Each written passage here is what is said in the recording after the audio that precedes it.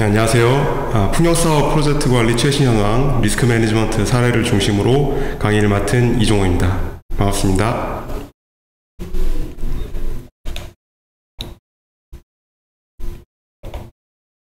자, 이번 강의는 첫 번째는 풍력사업 구도에 대해서 먼저 말씀을 드릴 거고요. 그 다음에 프로젝트 풍력사업 리스크 매니지먼트 개괄을 하고 풍력사업 리스크 매니지먼트의 사례에 대해서 추가적으로 말씀드리도록 하겠습니다.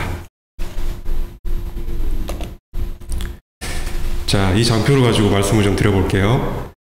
많이 이제 보신 내용이었는데, 프로젝트 컴퍼니를 먼저 쉐어홀더가 지분을 태워서 프로젝트를 시작을 하고, 그리고 렌더의 크레딧 어그리먼트를 통해서 론 어그리먼트로 이제 돈을 받는 거죠, 뎁트를.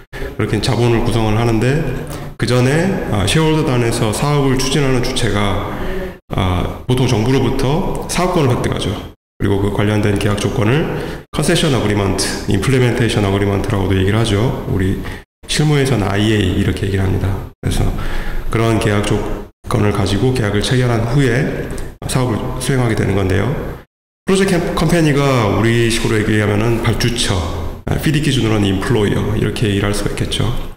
발주처가 우리가 흔히 건설 사업에서 얘기하는 EPC 계약, 컨스트럭션 컨트랙이라고 지금 장표에 나와 있죠. 컨트랙터와 EPC 계약을 맺어서 사업을 수행하는 겁니다. 그러면 이제 컨트랙터도 한 개의 회사인 경우도 있고 두 개의 회사도 있겠죠. 그러면은 컨소시엄이나 조인트 벤처 공동 운영 방식을 지분율에 따라서 프로필 로스 쉐어링으로 할 것이냐, 그것이 이제 조인트 벤처가 되겠고, 그 다음에 분담이행 방식으로 하는 것이 컨소시엄 어그리먼트가 되겠죠. 그 계약을 체결하기 위해서 JV 어그리먼트나 컨소시엄 어그리먼트를 체결한다.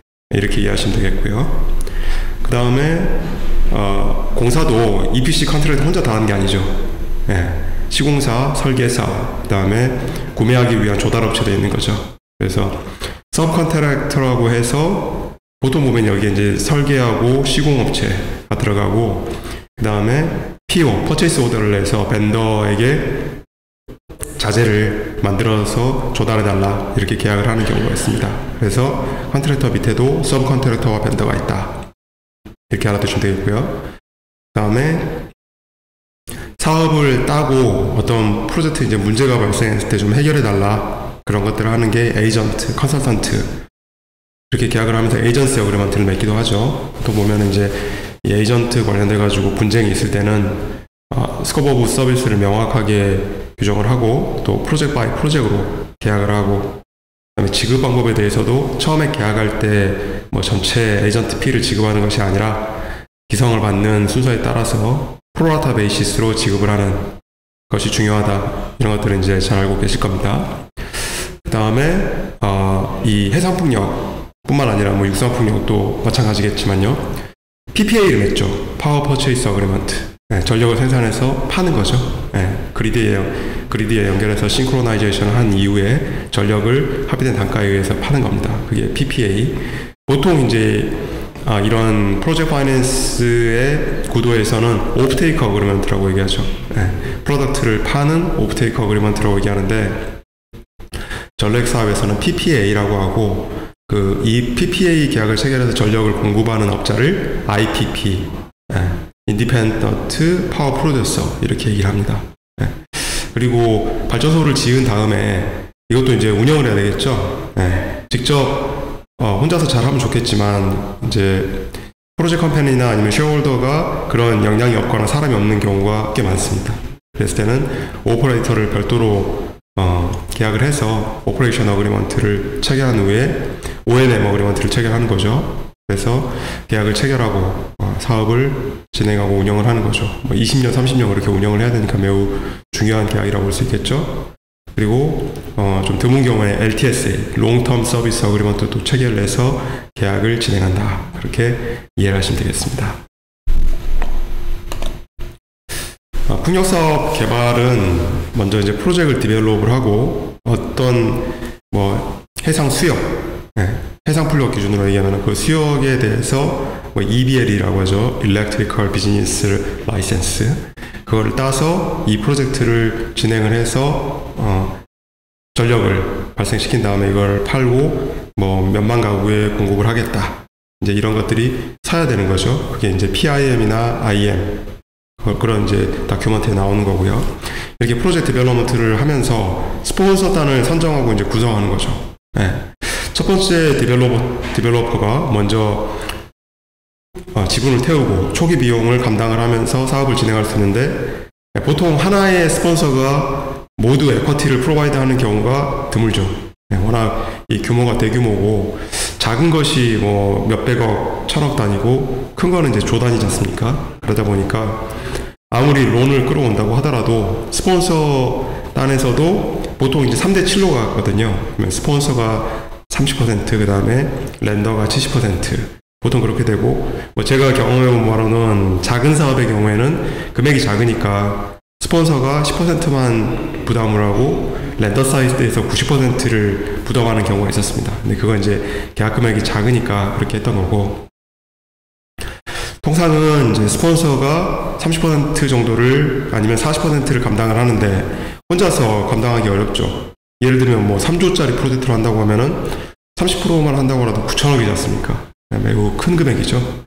그러다 보니까 스폰서단에서도 신디케이션을 하죠. 론 어그리먼트 하는 것처럼. 그래서 스폰서단을 모으고 추가 계약을 하고 그 지분에 대해서 서브스크립션 하는 계약을 체결하고 지분 취득 계약이죠. 이렇게 진행을 하는 경우가 있습니다. 이렇게 이제 스폰서단을 선정하고 구성을 하고 그 다음에 이제 어드바이저를 선정을 하는 거죠. 이제 이 파이낸셜 어레인지먼트를 하기 위한 파이낸셜 어드바이저가 가장 중요하죠.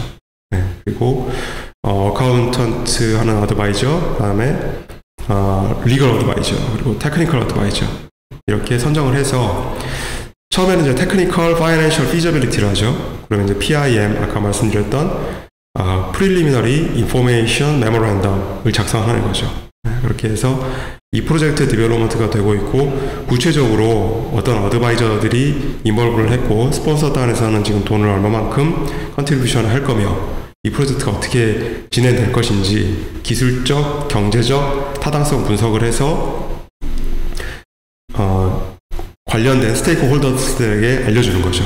네, 그래야지 문서로서 명확하게 근거를 갖고 확인할 수 있으니까요. 그 다음에 이제 어레인저를 선정해서 프로포저를 보내고 커미트먼트 레터를 보내는 거죠. 그러면 이제 보통 여기는 텀sheet, 그 계약 조건의 주요 사항들만 이제 규정이 되는 경우가 많이 있습니다. 그 다음에 이제 듀 딜리전스, 실사를 하는 거죠. 네, 서류만 보고는 알 수는 없잖아요. 네, 현장과 그 다음에 관련된 이해 관계자 인터뷰도 해보고 또 물론 이제 문서에 대해서 확인하는 것이 가장 중요하겠지만 또 거버넌트 오서리티 그쪽에도 컨택을 해봐서 이 문서가 맞는지 이런 것들도 같이 보는 과정을 거칩니다. 통상 짧으면 한 6개월에서 1년, 길게는 뭐 한 2년 이렇게 걸리는 경우도 있죠. 그 다음에 이제 리스크 어널리시스. 네. 특히 이제 이런 프로젝트들 보면 PF로 진행을 많이 하니까 스폰서단에서도 자기들이 이제 투자한 돈을 날리면 안 되잖아요. 그래서 이제 리스크 어널리시스를 많이 하는데 그보다 더 중요한 이유는 PF 어레인지하는 뎁트 프로바이더, 즉 렌더, 대주단에서 리스크에 대해서 매우 보수적으로죠. 네, 그러다 보니까 리스크 어널리시스가 매우 중요해서 정량적, 정성적 분석까지 같이 한다. 이렇게 알아두시면 되겠고요. 이제 파이낸셜 모델 잘 알고 있죠. 우리가 FM이라고 얘기하죠. 그 EPC 계약에 나오는 FM, 폴스 버저하고 헷갈리시면 안 됩니다. 네, 약어를 많이 쓰다 보니까 주의해서 들어야 되는데요. FM을 만들어서 실제로 이제 자금이 투입되고 캐시 인 앤 아웃에 대해서 파이낸셜 모델링을 해서 뭐 이자율과 어썸션 이런 것들을 집어넣은 다음에 프로젝트가 이렇게 굴러간다. 그래서 처음에는 이제 건설 기간 중에는 건설 중 이자 IDC라고 하죠. Interest During Construction. 이것을 부담하고 또 뭐 인건비랄지 자재비랄지 이런 거를 돈을 받아서 쓰다 보면은 처음에는 뭐 돈이 남거나 이런 게 없겠죠. 그 다음에 Commercial Operation. 상업 운전을 하고 나서 실제로 이제 전력을 판매하면서 그때부터 이제 매출이 나오고 이익이 발생하겠죠. 그때 이제 뎁트에 대한 리페이먼트도 더 많이 이루어지겠고 이런 것들이 다 반영이 된 게 이제 파이낸셜 모델링이라고 하겠습니다. 그 다음에 이제 신디케이션으로 해서 렌더들을 이제 끌어모아야 되는 거죠. 그러면은 뭐 GP, LP 다 이제 끌어모으는데 신디케이션을 하면서 은행들도 이제 하나만 다 금액을 다 태울 수가 없잖아요. 그러니까 아까 3조 프로젝트를 말씀드렸는데 물론 뭐 한 1,000억 내지 뭐 그보다 더 작은 계약이라고 하면은 900억 정도는 뭐 우리나라 은행들도 쉽게 될 수가 있지만 뭐 1조 프로젝트다 그러면은 70%면 7,000억이지 않습니까? 3조 프로젝트면 거의 1조에 육박을 하는 거고. 그래서 그 정도의 금액을 대려면 매우 어려우니 특히 이제 신디케이션에 리드를 하는 데가 ECA가 많죠. 엑스포트 크레딧 에이전시죠. 그래서 우리나라 뭐로 보면은 코엑심, K엑심이 가장 수출입은행이 대표적인 예죠. 거기서 이제 신디케이션에 맨 앞단에 서가지고 검증을 하는 거죠. 그러면 그 검증된 내용이 좋다. 이거 지금 믿을만하다, 릴라이어블하다, 또 진행할 만하다. 이렇게 하면은 커머셜 뱅크들이 많이 붙죠. 뭐 우리나라 뭐 신한은행이나 국민은행이나 이런 데서 붙어서 로언 프로바이드를 해서 신디케이션을 구성해서 진행을 한다. 그걸 하기 위해서 이제 로드쇼도 하고 인비테이션을 해서 그 전에 이제 PIM이 IM으로 굳혀지는 거죠. 그래야지 이게 픽스드된 내용이다 이렇게 이제 명확하게 얘기를 할 수 있으니까요. 그 다음에 이제 드래프트 퍼실리티 어그리먼트, 이제 통상 이제 크레딧 퍼실리티 어그리먼트라고 얘기하죠. 우리가 론 어그리먼트라고도 얘기하는데 제가 경험해본 이제 캐나다 ECA, EDC죠. 엑스포트 디벨롭먼트 캐나다. 여기에서는 이제 크레딧 퍼실리티 어그리먼트라고 했습니다. 그래서 본 PF 전에 브릿지 론이라고 얘기하는 사업을 처음에 진행하면서 나오는 이 론 어그리먼트, 거기에 대해서는 디벨롭먼트 코스트에 대한 크레딧 퍼실리티 어그리먼트를 한다. 이렇게 해서 먼저 진행하는 경우가 있습니다. 그럴 때는 이제 본 PF처럼 듀딜리전시가 명확하게 다 되고 프로젝트 머추어리티, 성숙도가 아주 높아진 경우가 아니기 때문에 불확실성이 있는 거죠. 그래서 은행 입장에서도 단기간에 고이자로 크레딧 퍼실리티 어그리먼트를 브릿지 어그리먼트, 브릿지 론 어그리먼트 형태로 해서 진행을 하는 것이고, 그 다음에 본 PF에서는 크레딧 퍼실리티 어그리먼트로 진행을 합니다. 이것도 마찬가지로 전체 풀 다큐먼트에 대해서 워딩 바이 워딩으로 합의하기가 처음에는 어려우니까 이게 이제 처음에는 이제 텀시트 형태로 협의를 해서 진행을 하죠. 그렇게 이해하시면 되겠고요. 그 다음에 allocation of participation을 한 이후에 다큐멘테이션. 이러다 보니까 이제 변호사가 엄청 많이 필요한 겁니다.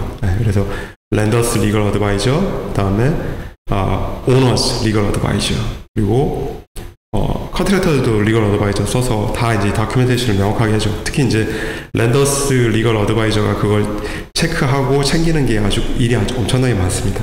관련된 계약서, 문서들, 또 리걸 듀딜리전스 하다 보면 실사하다 보면은 관련된 뭐 등록증이랄지 이런 것들도 많고, 또 랩스 앤 워런티라고 하죠. 그런 거에 맞춰가지고 굿 스탠딩 오피니언, 회사가 잘 설립이 돼 있고 사업을 수행하는 데 문제가 없다. 그리고 이것들이 확실하다는 것을 증명하기 위한 서류까지 다 만들고 체크를 해야 되니까 아주 다큐멘테이션이 많습니다. 그렇게 되면 이제 파이낸셜 클로징이 이루어지죠. 금융 종결이죠. 이것이 이루어지면은 이제 돈을 지급할 수 있는 상황이 된 거죠. 그럼 이제 론, 이제 그 에쿼티 퍼스트로 지분을 가지고 먼저 태운 돈을 가지고 먼저 지급을 하는 경우도 있습니다. 근데 이제 에쿼티 프로바이더 입장에서는 그렇게 하고 싶지 않죠. 그래서 어차피 파이낸셜 클로즈가 됐으니 first disbursement, 첫 번째 돈을 받아서 보통 보면 시공자한테 어드밴스 페이먼트를 해야 되는 거죠. 선수금을 지급함에 있어서 이 론 프로바이더를 통해서 지급하는 first disbursement 아니면 first drawdown을 만들도록 합니다. 그래야지 보통 이제 시공자가 선수금을 말씀드린 대로 요구를 하니까 발주처도 아까 이제 SPC가 되겠죠. SPC에서도 NTP, Notice to Proceed를 하려고 하면은 그 금융종결이 된 이후에 First Disbursement, 첫 기성을 주기 위한 첫 번째 받는 돈이 되겠죠. 뭐 이제 론 어그리먼트가 됐다고 해서 아까 3조 프로젝트에서 60%면 이제 2조 가까이 되지 않습니까? 그 2조를 한 번에 다 은행에서 입금시켜주지 않습니다. 보통 보면은. 기성 지급에 따른 페이먼트 스케줄에 따라서 순차적으로 입금을 해주거든요. 그래야 이제 사고도 안 나고 관리나 또 이자 문제도 있으니까요. 또 발주처 입장에서도 이자 부담이 처음부터 다 뭐 2조를 가져오면은 그 듀레이션이 있기 때문에 이자가 더 높아지지 않습니까? 그래서 쌍방의 이해관계가 맞기 때문에 나눠서 이제 돈을 지급하고 첫 번째 퍼스트 디스버스먼트가 들어오는 것이 이제 프로젝트의 아주 중요한 시점이 되겠죠. 이렇게 이제 파이낸싱 클로즈가 이루어지면은 프로젝트가 이제 정상 궤도를 탔다, 이렇게 이제 보시면 되겠고요. 그 다음에 이제 말씀드린 디스버스먼트와 드로우다운이 이루어지고 오퍼레이션 모니터링, 자금이 태워지고 실제로 컨스트럭션 관리가 잘 되고 있는지, 그리고 사업이 잘 진행되고 있고 혹시 비하인드가 되진 않았는지, 또 체인지 오더나 클레임 이런 걸 통해서 버짓을 초과하지 않는지, 이런 것들을 체크하고 사업이 잘 진행돼서 제때에 버짓 내에서 사업이 진행되도록 관리를 하는 것이라고 보시면 되겠습니다. 자, 시퀀스를 보시면은 이제 본 단계로 들어와서 EPC 업자를 선정해서 이제 일을 진행해야 되는 거잖아요. 그럼 이제 PD 기준으로도 보면은 PD계도 잘 아시는 분들도 계시겠지만 모르시는 분들을 위해서 말씀드리면은 레드북이 있죠. 발주자가 설계를 하고 컨스트럭션을 건설업자가 하는 것. 그 다음에 옐로우북과 실버북처럼 그 컨트랙터가 EPC, 엔지니어링, 프로큐먼트, 컨스트럭션을 다 하는 경우가 있습니다. 근데 그 외에 MDB 버전이 있죠. 멀티레터럴 디벨롭먼트 뱅크 버전이 있습니다. 그게 우리가 쉽게 말하는 PF, 프로젝트 파이낸스 베이스의 계약서라고 할 수 있겠습니다. 거기서도 이제 마찬가지로 이렇게 나와 있는데요. 먼저 이제 텐더 다큐먼트를 이슈를 하는 거죠. 이게 우리가 말하는 ITB입니다. 인비테이션 투 비더죠. 그래서 거기에 이제 인플로이즈 리콰이어먼트도 담고 계약 조건도 담고 해서 내면은 이걸 베이스로 해서 텐더 피어리어드, 프로포잘 우리가 뭐 준비하면 한 6개월, 뭐 짧게는 3개월 얘기하기도 하죠. 아니면 이제 연장되면 한 1년 이렇게 되기도 하고. 입찰 기간을 가진 다음에 서브미션 오브 더 텐더, 프로포잘을 제출합니다. 그리고 그러면 이제 발주자가 이밸류에이션을 하겠죠. TB, CB, 테크니컬 비드 이밸류에이션과 커머셜 비드 이밸류에이션 해서 비교를 하겠죠.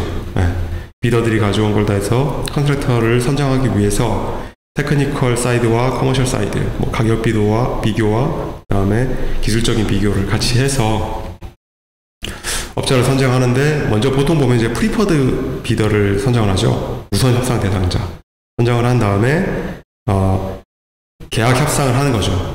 계약 조건과 금액에 대해서, 그다음에 뭐 빠진 것들이 있으면 좀 넣고. 그래서 이제 보통 보면 그 우선 협상 대상자와 계약을 하는 경우가 많습니다. 만일 안 되면 차순위, 그 비더와 같이 이제 협상을 하면 되겠죠.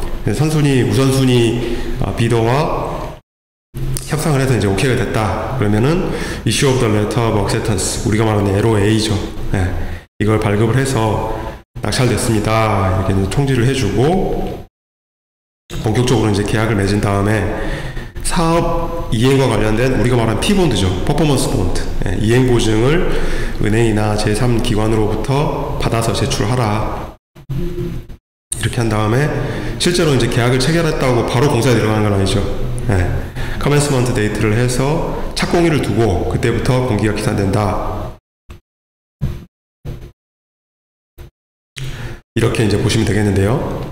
그래서 공기가 기산돼서 타임 포 컴플리션, 공기를 맞춰야 되는 거겠죠.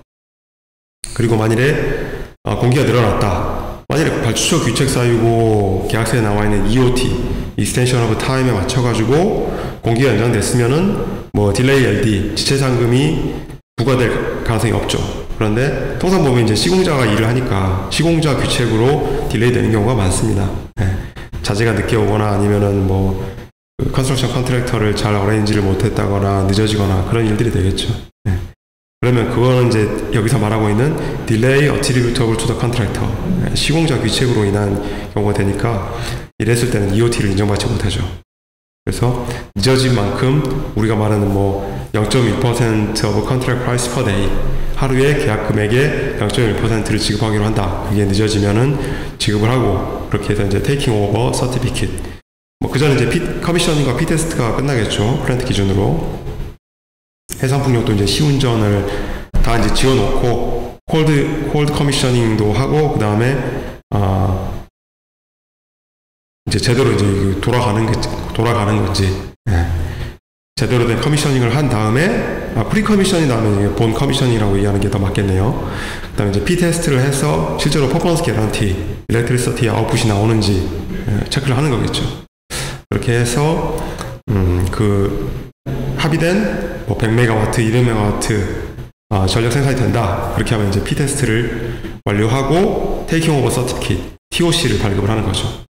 준공증명서를 발급을 하고 하자 보수 기간, Defect Notification Period.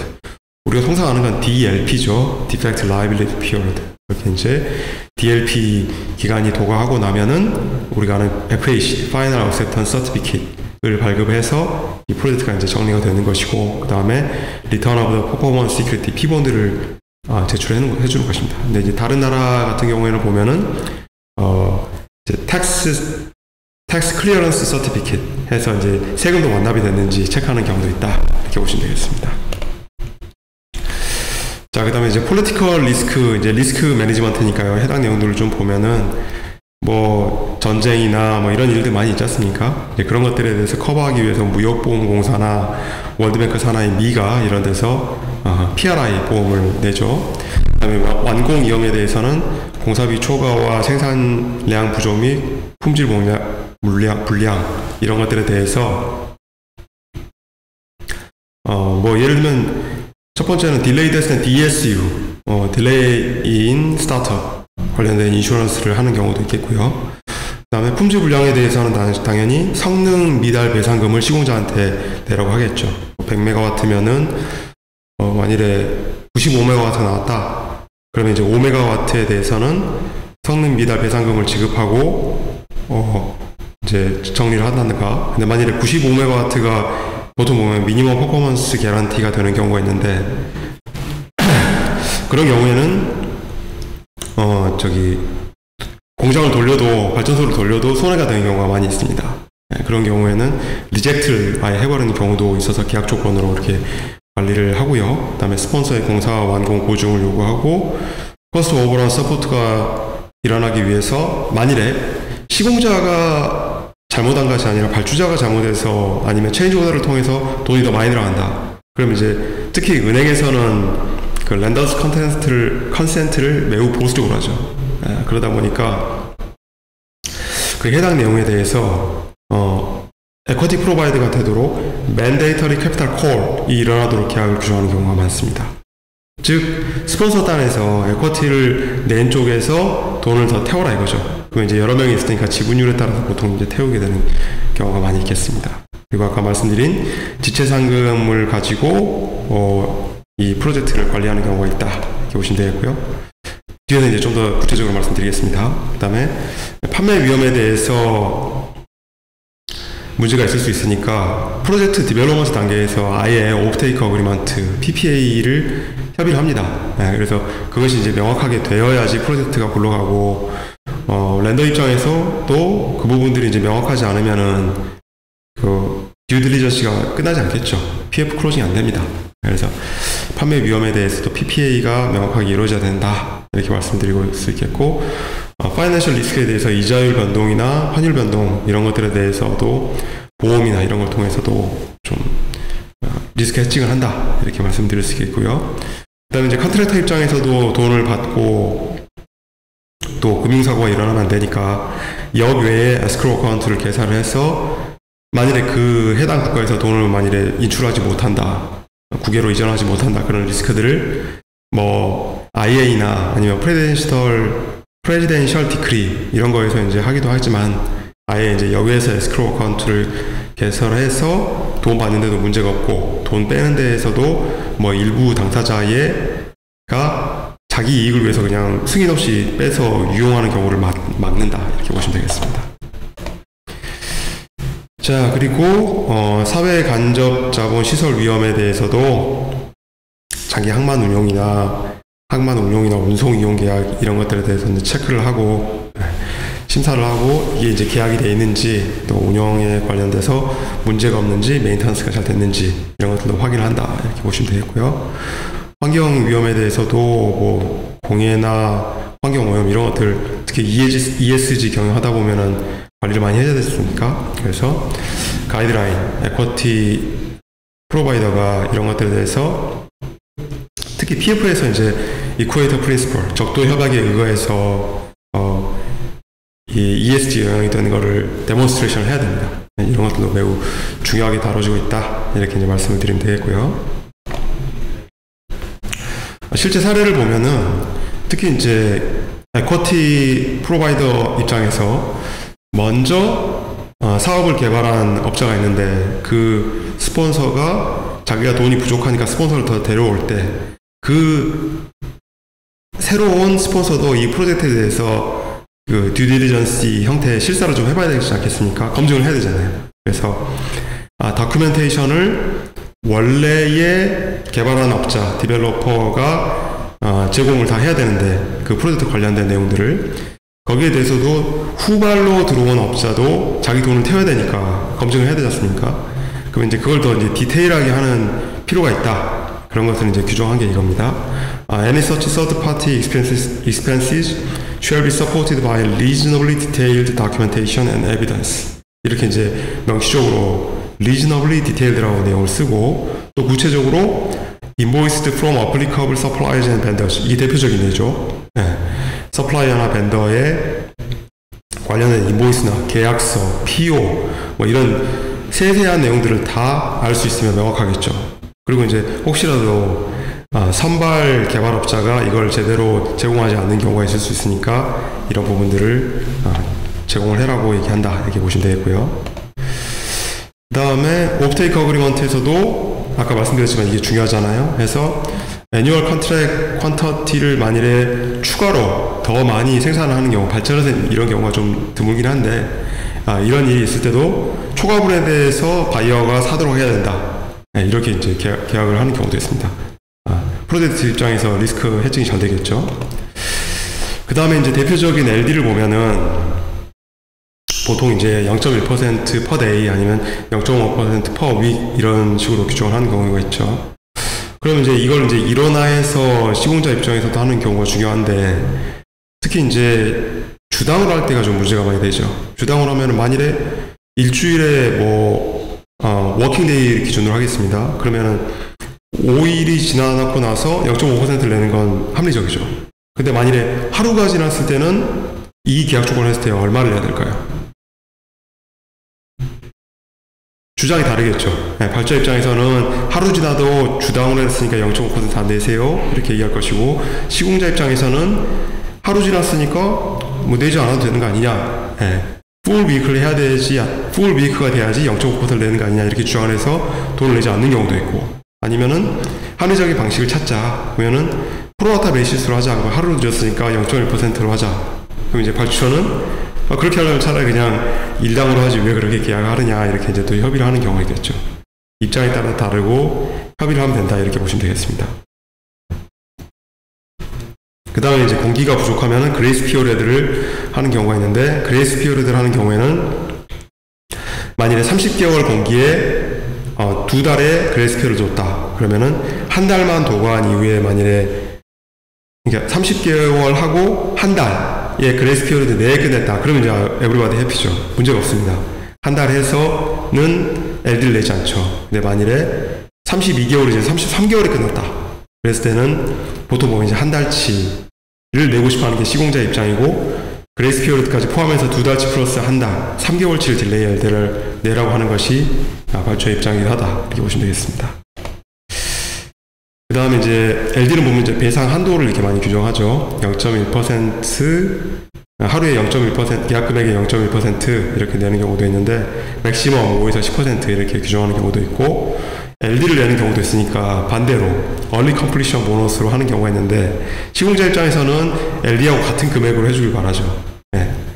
뭐 늦게 하면은 하루에 0.1%를 계약 금액의 0.1%를 내니까 빨리 끝내면은 하루에 0.1% 계약 금액의 0.1%를 돌려주세요, 보너스로 주세요 이렇게 얘기하고 싶지만, 보통의 경우에는 이제 하프 앤 하프, 발주가 0.5% 이익을 가져가고 그 다음에 빨리 끝내면 이제 미리 전력이 생산이 될 거니까요. 나머지 이제 0.5%만 이익으로 시공자가 가져간다 이렇게 규정되는 경우가 많다 이렇게 보시면 되겠습니다. 그래서 그레이스 피어리드를 말씀드렸고, 요즘은 이제 단계별 준공을 하는 경우가 있죠. 그러면 이제 예전에는 TOC에만 딜레이 LD를 지급했는데, 지금은 마일스톤, 뭐 주요 기자재 선적 완료 시, 현장 도착 시, 그 다음에 뭐 3D 모델링이 완료됐을 시, 그리고 레디 포 스타트업이 완료됐을 시, P테스트가 모두 다 끝났을 시, 뭐 이제 이런 식으로 마일스톤을 규정하는 경우가 있다 이렇게 보시면 되겠습니다. 다음에 이제 시공자 입장에서 소울 앤 딜레이 LD를 지급하는 것이 소울 앤 익스클루시브 데미지다 이렇게 하는 것이 중요하겠죠. 왜냐면은 LD만 내는 것이 유일한 구제책이다 이렇게 규정을 해야지 시공자 입장에서 발주처가 요구하는 다른 구제책으로 요구하는 추가 금액이나 이런 걸 부담하지 않게 되니까요. 다음에 JV나 콘소시엄에 있을 때는 LD를 분담해서 지급한다. 그러면 이제 뭐 7대3으로 나눠서 내기도 하고 뭐 되는데 그런 것들이 이제 좀 불리한 경우들이 좀 있다 보니까 지분율까지만 맥시멈으로 부담을 하고 그 다음에 그 외에 남은 부분에 대해서는 지분율에 따라서 나눈다. 규제 당사자가 처음에 자기의 맥시멈까지 부담하고 나머지는 지분율에 따라 나눈다. 이렇게 하는 구조도 있다. 이런 게 있다는 걸 알아두시면 되겠습니다. 그 다음에 이제 배상 한도가 보통 보면 딜레이 LD 10%, 그 다음에 퍼포먼스 LD 10%, 그 다음에 리미테이션 오브 라이빌리티 LOL이라고 하죠. 토탈 라이빌리티. 그게 이제 보통 발전 사업에서는 100% 이렇게 규정되어 있다는 걸 알아두시고, 그 다음에 토탈 라이빌리티 이후에 컨스커셜 데미지는 간접 결과적 손해죠. 우리 민법상에서는 특별 손해라고 얘기하는데 그런 거는 이제 부담하지 않는다. 이렇게 이제 보통의 인터내셔널 스탠다드 계약서에 나와 있습니다. 부담하지 않는 것이고, 그런 것이 이제 보통 보면 로스 오브 리베뉴, 매출 손실이나 그다음에 매출과 관련된 이익의 손실 이런 것까지 시공자한테 부담을 하면 너무 과도하니까 이런 거 이제 웨이브되고 책임지지 않는다는 경우가 있습니다. 보통 보면 딜레이 LD가 한 뭐 100만 불, 1000만 불 규모라면은 이 컨스커셜 데미지는 뭐 1억 불 이렇게 되는 경우도 있으니까 그렇게 하는 경우 된다. 이렇게 이해하시면 되겠습니다. 그다음에 이제 성능 미달 배상금 이제 말씀드렸고, 미니멈 퍼포먼스 레벨도 말씀드렸죠. 미니멈 퍼포먼스 레벨을 맞추지 못하면 리젝트, 그걸 맞췄지만 아예 100%를 맞추지 못한 경우에는 성능 미달 배상금을 낸다. 네, 말씀드렸고요. 그 다음에 여기서는 이제 지체 잔금은 페널티가 아니다. 네. 이 벌금은 뭡니까? 국가가 부과하는 거죠. 그래서 이제 사적 자치에 의해서 EPC 계약이나 이런 것들이 이제 이루어지니까 손해배상의 예정액을 합의할 수 있지만 지체 벌금은 아니다. 그래서 이렇게 규정하는 경우에는 사적 처벌을 할 수 없다는 전제에, 특히 거버닝 로즈 오브 잉글랜드에 했을 경우에는 효력을 인정하지 않는다. 이렇게 보시면 되겠습니다. 네, 지금까지 풍력사업 기준으로 해서 프로젝트가 어떻게 굴러가고 구성이 되고 그 다음에 관련된 리스크들이 어떻게 되는지를 알아봤습니다. 네, 잘 들어주셔서 감사합니다. 고맙습니다.